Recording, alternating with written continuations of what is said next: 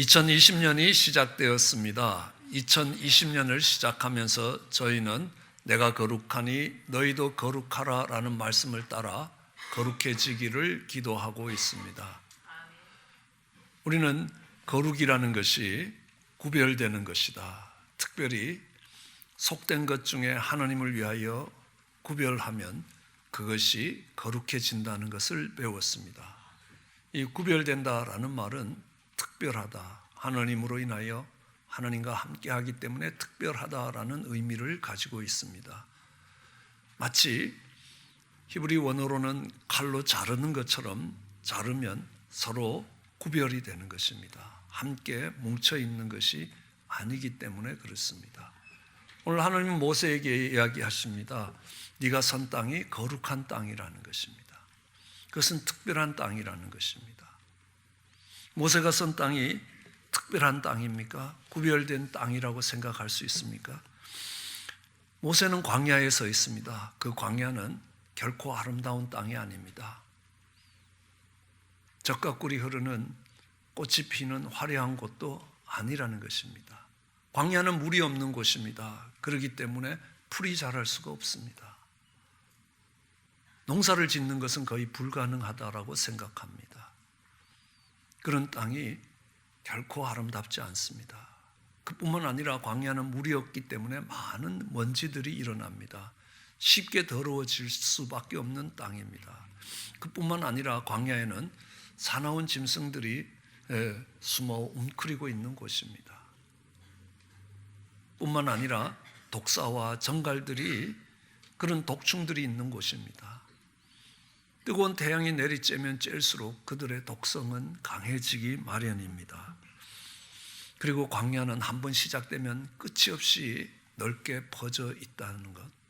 그래서 그 광야에서는 길을 잃어버리기가 쉽습니다.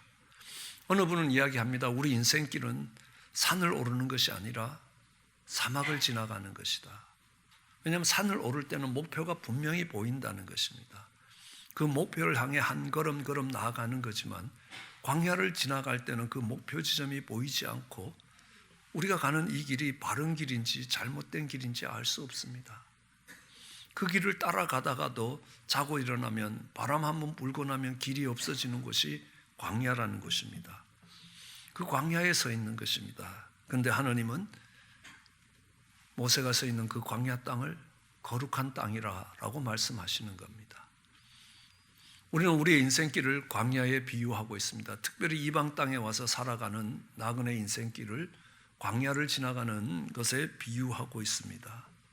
그런데 그 고달픈 인생길을 하나님이 거룩한 땅이라고 이야기합니다. 우리의 가정도 그렇습니다. 많은 어려움들이 있습니다. 남편이 가정에 충실하지 않을 수도 있습니다. 아내도 고집스러울 수 있습니다. 자녀들 많은 속을 썩일 수 있습니다. 신앙에서 멀리 가 있을 수도 있다는 것입니다. 원망과 불평 가운데서 짜증나는 그런 삶입니다. 결코 행복하다고 할 수 없는 삶일 수도 있습니다. 하나님이 축복하신 삶이라고 보기 어려울 때도 많이 있습니다. 때로는 갈등 가운데 가정이 많은 상처를 남기고 찢어지고 나누어지기도 합니다. 참 고통스러운 시간이 지나갈 때도 있습니다. 하나님이 왜 나를 이런 곳에 두고 계시는지 하나님 앞에 원망과 불평이 올라가기 쉬운 곳입니다. 분명 광야입니다. 그런데 하나님은 그곳이 거룩한 곳이라고 말씀하신다는 겁니다. 교회는 어떻습니까? 형제가 연합하여 동거하며 아름다운 삶을 살아가는 곳입니까? 꼭 그렇지만은 않습니다. 이렇게 교회에 나오면 안 보고 싶은 사람들도 한둘 생기게 또 그 숫자가 점점 많아지기도 하는 겁니다. 때로는 교회 안에서 그런 사람들이 생기면요, 마음이 답답해지고 말씀이 들리지 않습니다. 찬양을 해도 눈물이 사라진 지 오래되는 것입니다. 기도를 해도 공허한 메아리처럼 허공을 치고 있는 것 아니냐는 겁니다. 하나님 왜 이런 교회에 보내셨나요? 왜 이런 교회를 다녀야 하나요? 그게 분명히 광야입니다. 그런데 하나님은 말씀하십니다. 그것이 거룩한 땅이라는 것입니다. 그럼 오늘 이 말씀을 듣는 모세를 살펴보십시오. 모세의 나이가 80입니다. 시편 51편에 모세는 이렇게 노래했습니다. 인생이 길면 70이요 강건하면 80이라고 노래하던 그 시대에 80입니다. 이제 죽음을 생각해야 되는 시간입니다. 죽음이 코앞에 와 있는 시간입니다. 아주 오래오래 살았던 사람이 80을 사는 시대였기 때문에 그때 자신이 80입니다. 이제 몸도 옛날 같지 않습니다. 젊을 때는요, 그래도 힘이 있었습니다. 30대, 40대를 지날 때는 이집트의 군대를 이끌고 아프리카 북부 지방을 정복하기 위해서 수많은 전쟁에 나갔습니다. 아주 신화적인 승리를 이끌면서 그 이집트를 아프리카뿐만 아니라 온 세계에서 가장 강력한 나라로 만들어 갈 때에 큰 역할을 했던 사람이 모세였습니다. 그런데 이제 도망자가 되어서 정말 장인의 양을 치면서 나이가 80이 됐습니다. 이제 내일 모레면 인생이 끝나는 시간이라는 겁니다. 얼마나 허무한 인생이고 정말 보잘것없는 인생의 모습으로, 어쩌면 실패한 인생의 모습으로, 아무것도 이 땅에서 이룬 것이 없는 것 같은 그런 모습으로 서 있는 그 땅이 하나님이 거룩한 땅이라고 이야기합니다. 80년 만에 하나님이 모세를 찾아오셔서 하시는 말씀이 너 고생 많았다 하시는 위로의 말씀도 아니고요. 첫 말씀이 네가 선 땅이 거룩한 땅이니 신을 벗으라 라고 이야기합니다. 모세는 장인의 양떼를 먹이기 위하여 저 남쪽 끝이라고 이야기하는 시내산, 다른 이름으로 호렙산까지 왔습니다.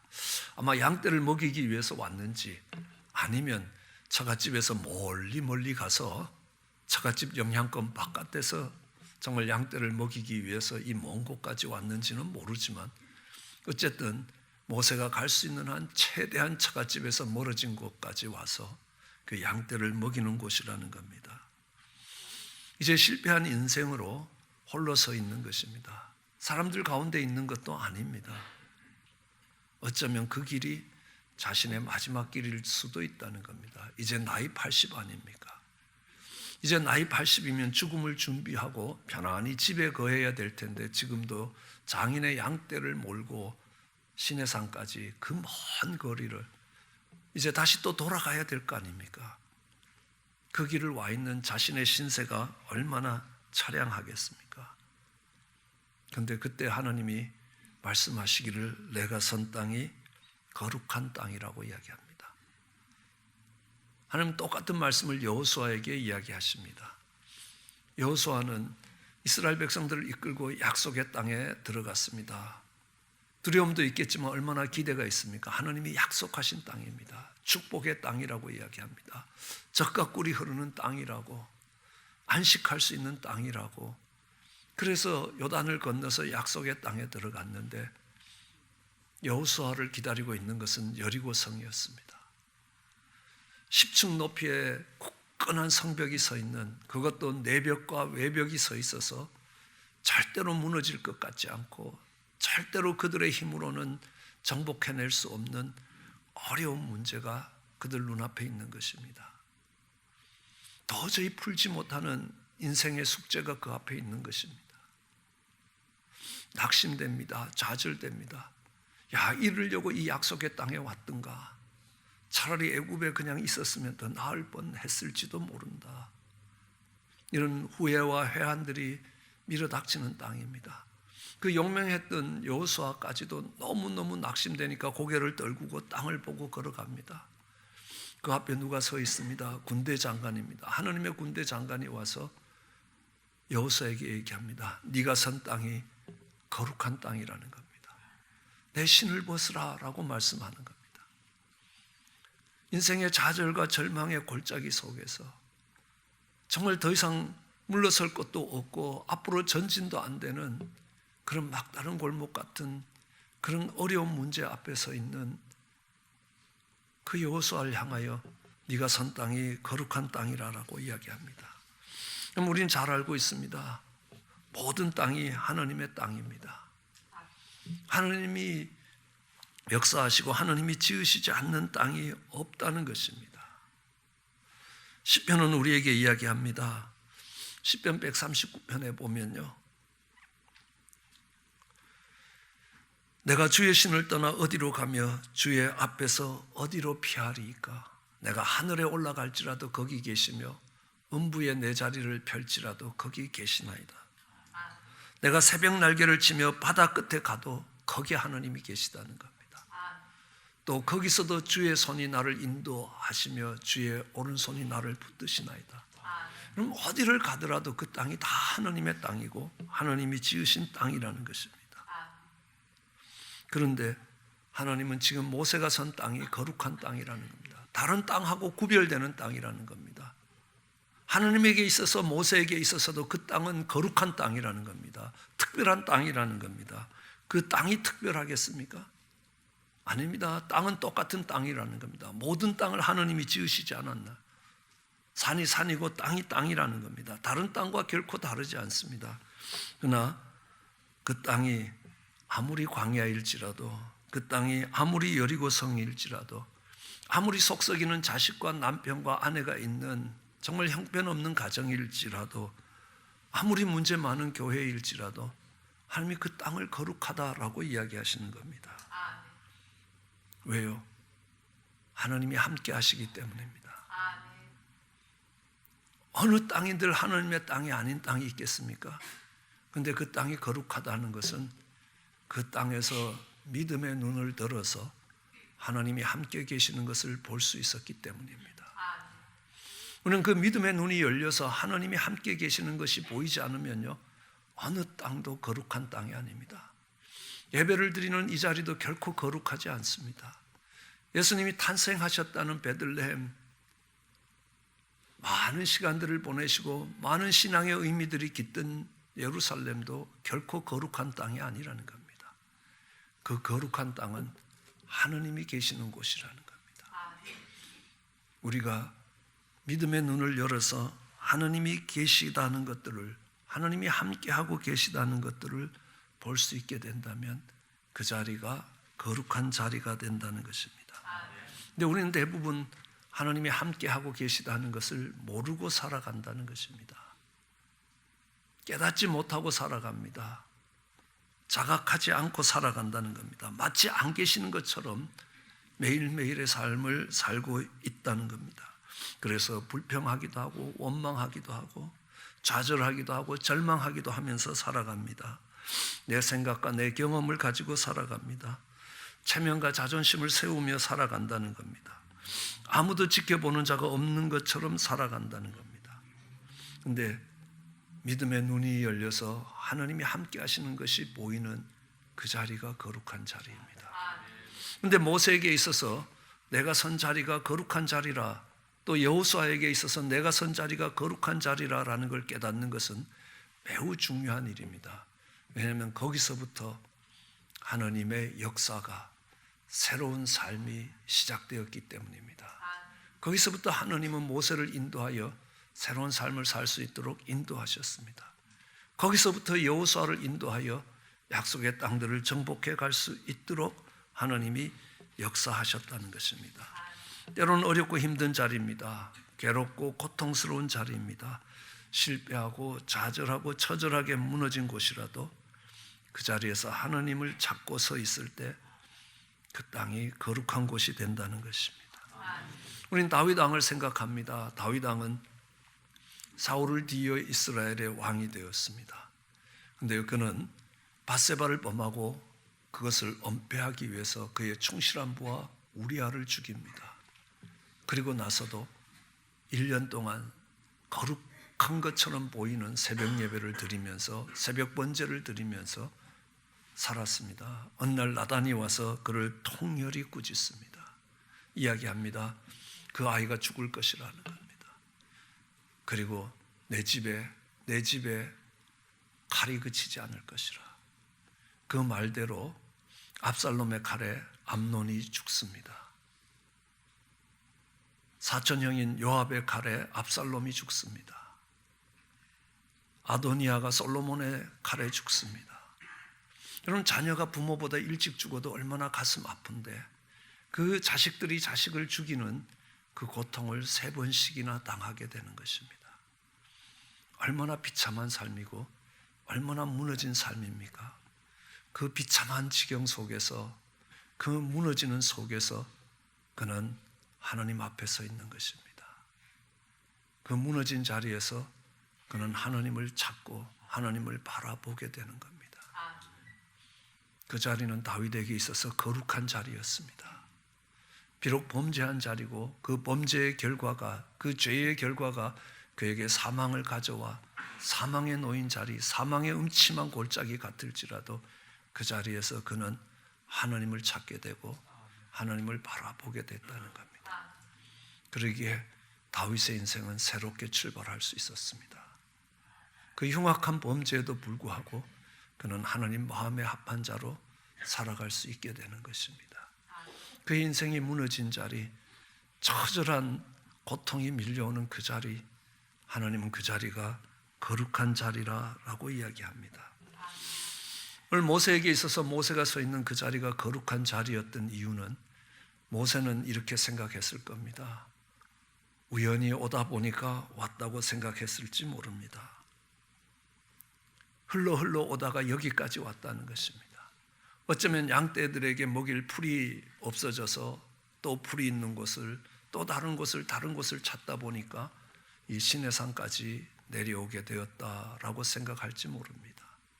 그러나 아니라는 것입니다. 하나님은 지금까지 모세를 인도해 오셨다는 겁니다. 모세는 지금까지 자신의 경험과 지식을 가지고 자신이 판단하면서 이곳에 가면 양떼들을 먹일 풀이 있다고 하루 이틀 해봤겠습니까? 40년을 했습니다. 그러기에 이제는 어디 가면 풀이 있다는 것 정도는 알 수 있는 정도 됐습니다. 그래서 남들이 찾지 않는 저 시내산 기슭까지 찾아온 거 아닙니까? 그 미디안에서 시내산 기슭까지는 아주 먼 거리라는 겁니다. 그래서 여기서 양떼를 먹인다고 생각하는데 하나님은 그렇지 않습니다. 모세의 인생의 가장 낮은 지점에서, 마치 시내산처럼 더 이상 내려갈 곳이 없는 그 바닥 같은 그 지점에서 하나님 모세를 만나시고 모세에게 말씀하시는 겁니다. 오늘 우리가 읽은 본문 뒷부분에 9절과 10절에는 이렇게 기록되고 있습니다.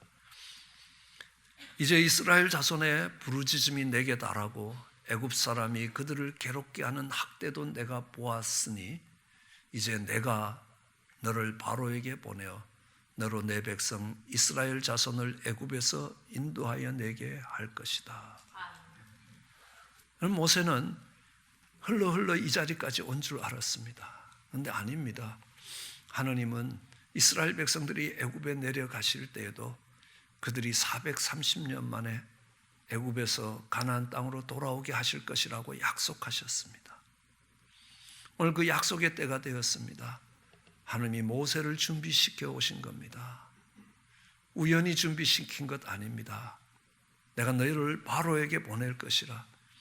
여러분, 바로 앞에 어떻게 들어가겠습니까?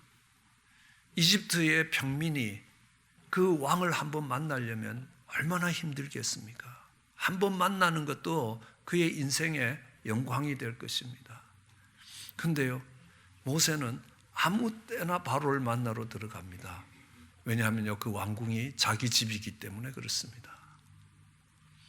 모세는 바로의 공주의 아들입니다. 그 공주는 여러 번 설명드렸듯이 헤셉수트라는 공주입니다. 중국의 황제가 되었던 척천무처럼 애굽의 모든 권력을 한 손에 쥐고 있는 왕의 무남동녀라는 겁니다. 그랬던 공주의 아들입니다. 아무 때나 왕궁에 들어갈 수 있습니다. 누가 막겠습니까? 막을 사람이 아무도 없다는 겁니다. 우연히 공주의 손에서 커진 것 아닙니다. 하나님이 내가 너를 바로에게 보내기 위해서, 그리고 내 백성 이스라엘을 애굽에서 인도해서 이 광야를 지나가기 위해서 그는 그 광야의 양떼들을 이끌고 40년 동안 방황했습니다. 이제 그 양떼 대신에 이스라엘 백성들을 이끌고 그 광야를 40년 동안 가야 했습니다. 이제 80이 되어서 그 자리에 서니까 하나님이 나를 바로로 바로 앞에 보내서 다시 그 백성을 이끌고 이 양떼를 치듯이 광야를 지나가게 하시기 위해서, 다르게 표현한다면 나의 나면서부터 지금까지 하나님이 나를 이끌고 오셨다는 겁니다. 하나님이 이끌고 오셨기 때문에 이 자리에 설 수 있었다는 겁니다. 그러기에 그 자리가 거룩한 자리라는 것입니다. 하나님의 계획이, 하나님의 섭리가 깨달아지는 자리입니다. 고생하다가 흘러 온 것이 아니라 하나님의 섭리, 하나님의 그 계획이 깨달아지는 그 자리, 거룩한 자리라는 겁니다. 이제까지 힘들게 살아왔습니다. 외로웠습니다. 아무도 도와주는 사람이 없습니다. 너무 힘들어서 삶을 포기하고 싶을 때까지 밀려오게 되었다는 겁니다. 그러나 여기까지 온 것이 하나님의 섭리라는 겁니다. 하나님이 계획하시고 하나님이 은혜를 베푸셔서 이곳까지 오게 하셨다고. 그것이 깨달아지는 그 땅이 거룩한 땅이라는 겁니다. 무디라는 사람은 초등학교도 졸업하지 못했습니다. 가난에 찌들어서 정말 집을 떠나 어린 나이에, 다른 어린 친구들이 학교 다닐 때 삼촌의 구두 공장에 가서 일을 해야 되는 것입니다. 왜 나는 가난한 집에서 태어나서 이렇게 살아야 되느냐? 얼마나 좌절이 오겠습니까?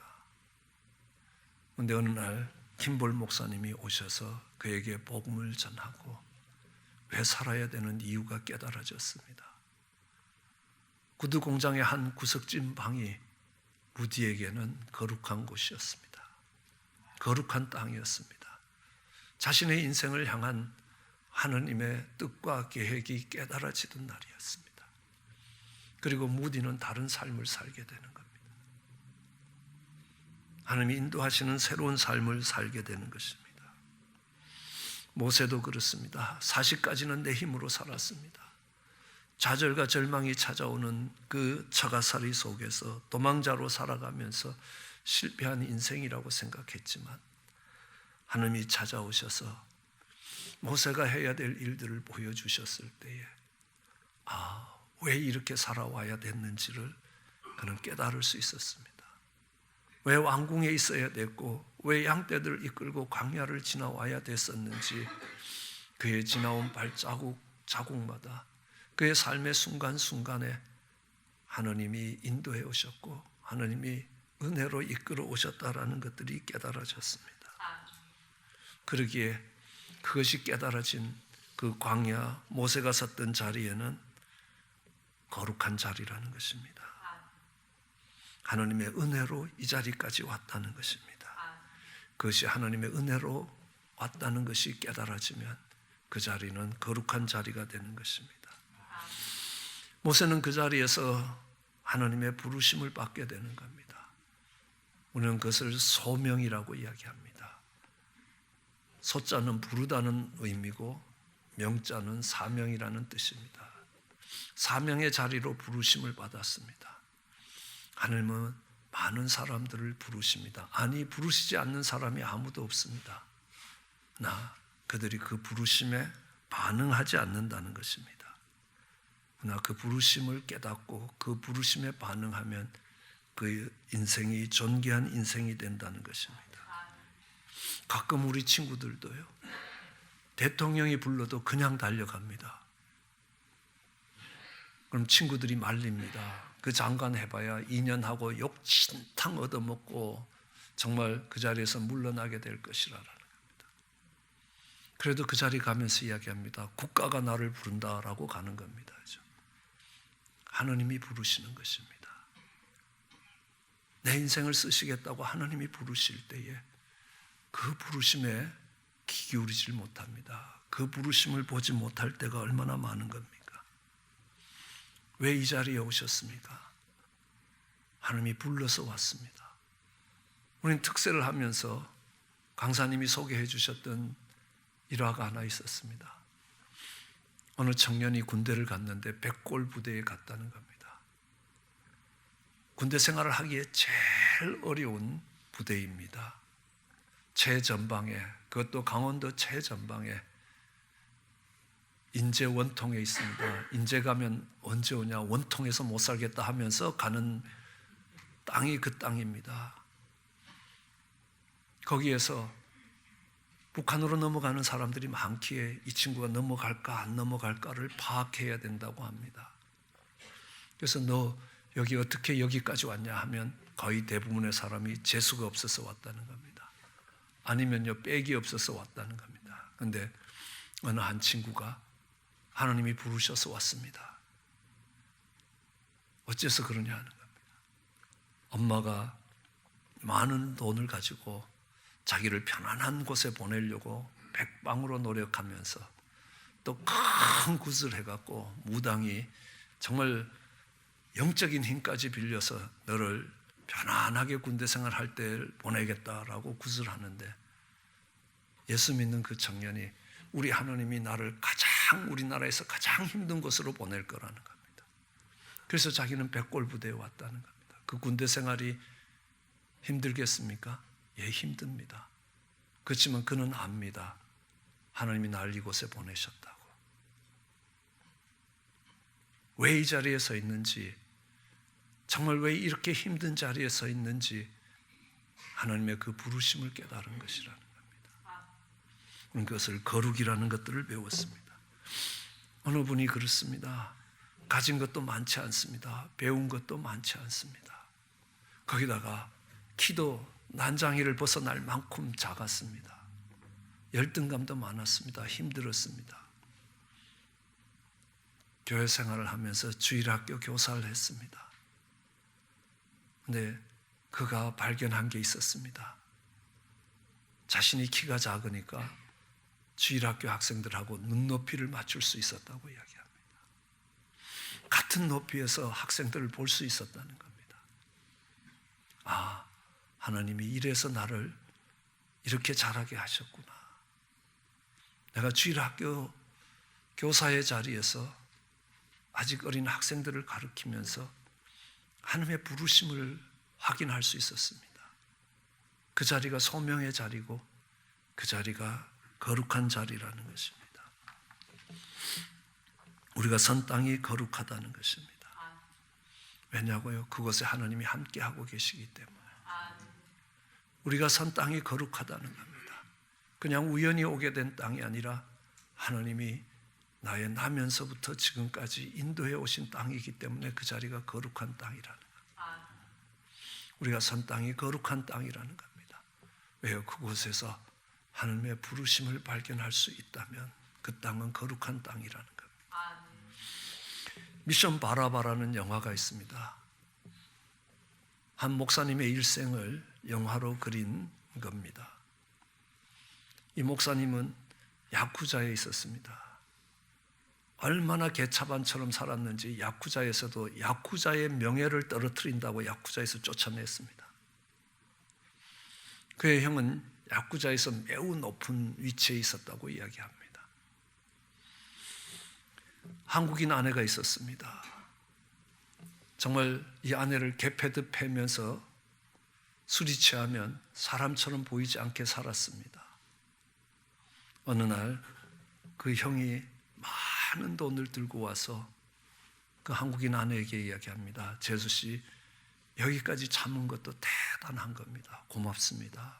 이제 이 돈을 갖고 노후를 평안케 지내십시오 라고 부탁을 했습니다. 그자 그 아내 되시는 분이 이야기합니다. 제가 지금까지 기도한 게 억울해서라도 지금 포기 못합니다. 우리 특세의 강사님이 이야기한 것처럼요, 남편은 그 가정의 가장인데요, 가장이 가장답지 못하면 아내가 선교사라는 겁니다. 하나님이 내게 사명이 있어서 이 자리에 보내신 것이라는 겁니다. 내가 비록 술 취한 남편에게 모질게 매를 맞고 정말 고통스러운 그 자리일지 몰라도 그 자리가 하나님이 함께하는 자리고, 그 자리가 내가 결혼 잘못해서 온 자리가 아니라 하나님이 인도해 오신 자리였고, 그 자리가 하나님이 내게 주신 사명이 있는 자리이기 때문에 이 자리가 거룩한 자리라는 겁니다. 그 자리가 거룩한 자리가 됐을 때 하나님이 그 남편을 목사로 만드는 거 아닙니까? 남편 못지않게 속썩이던 그 아들도 목사가 됐습니다. 저희 교회 와서 간증도 하셨죠. 지금은 뉴저지에 가서 목회를 아주 잘하고 있습니다. 그 고통스럽던 자리가, 그 처참해 보이던 그 가정의 자리가 거룩한 땅이라는 것입니다. 하나님은 그 땅이 거룩하다라고 이야기합니다. 그곳에서 신을 벗으라라고 말씀하십니다. 신을 벗는 의미가 무엇인지는 다음 주일에 다시 한번 살펴보고자 합니다. 그 자리에서 하나님의 음성을 들어야 합니다. 하나님의 말씀을 들어야 합니다. 죽기를 원하던 엘리야가 호렙산에서 세미한 음성을 듣습니다. 그 자리가 거룩한 자리였습니다. 하나님이 함께 하시면서 말씀하는 자리였습니다. 그는 새롭게 사역을 시작할 수 있었습니다. 어쩌면 광야이기에, 어쩌면 여리고성 앞이기에 하나님을 바라볼 수밖에 없는 자리입니다. 하나님을 찾을 수밖에 없는 자리입니다. 하나님의 보호하심 없이는 살아갈 수 없고, 하나님의 인도하심 없이는 발걸음을 옮기기 어렵고, 하나님의 능력이 아니고는 해결할 수 없는 그때 그 자리에서 하나님을 찾고 하나님을 만나고 하나님의 소명을 발견하게 된다면 그가 선 자리는 분명 거룩한 자리입니다. 우리는 잘 알고 있습니다. 우리가 선 자리가 거룩한 자리라는 것을 깨달으면 그때부터 하나님의 새로운 역사가 시작되는 것입니다. 거기서부터 출애굽의 역사가 시작되고 거기서부터 가나안 땅의 정복이 시작되는 것입니다. 이것이 깨달아질 때 우리 삶에도 새로운 역사가 시작될 것입니다. 그 은혜가 우리 모두에게 있기를 주의 이름으로 축원합니다. 기도하시겠습니다.